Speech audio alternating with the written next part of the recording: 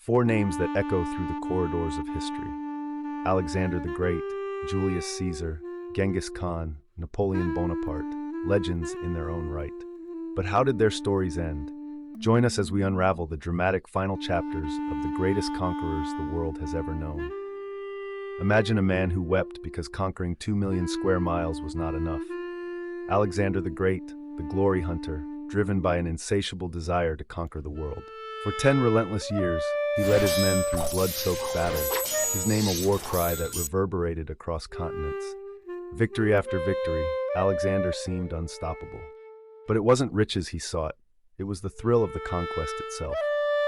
In the unforgiving lands of India, Alexander met his match. Facing King Porus, his army, weary and yearning for home, struggled against fierce resistance. Despite being wounded and losing many men, Alexander's determination never wavered. But his men had reached their limit. They pleaded, they begged for an end to the relentless campaigns. And for once, the indomitable Alexander had to relent. But it wasn't the battlefield that claimed him. A night of excessive drinking led to a mysterious illness. As he lay dying, his generals, ever opportunistic, gathered like vultures.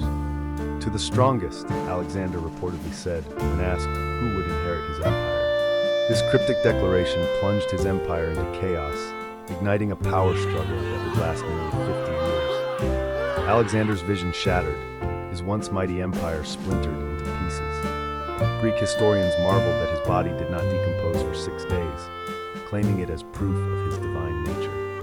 But modern science suggests a darker truth. Alexander may have been in a coma, aware of the betrayal unfolding around him, yet powerless to stop it, buried alive by those he trusted.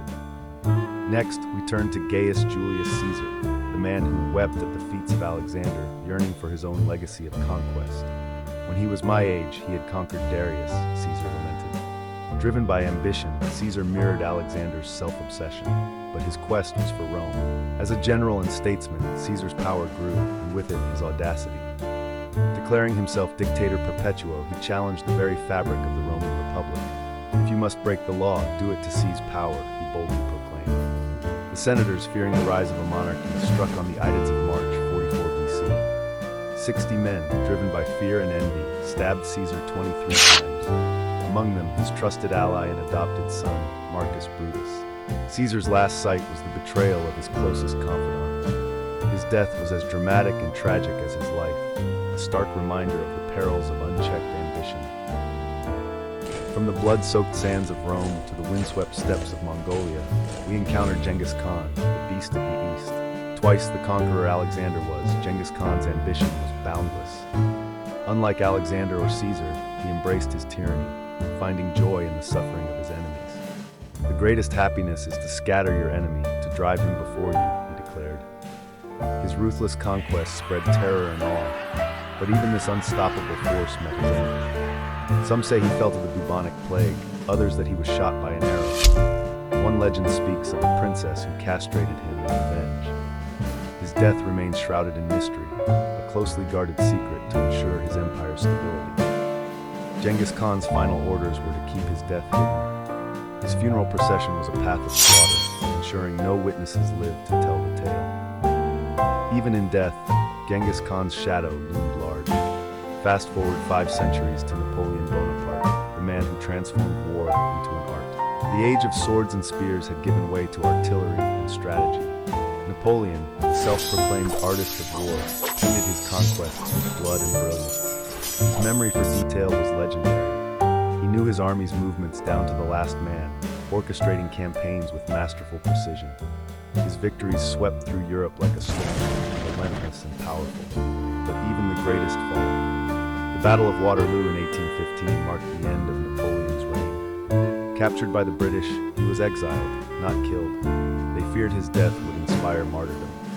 In isolation, Napoleon clung to his former glory, demanding his followers maintain the illusion of his empire. His decline was slow, a tragic end for a man who once commanded the world.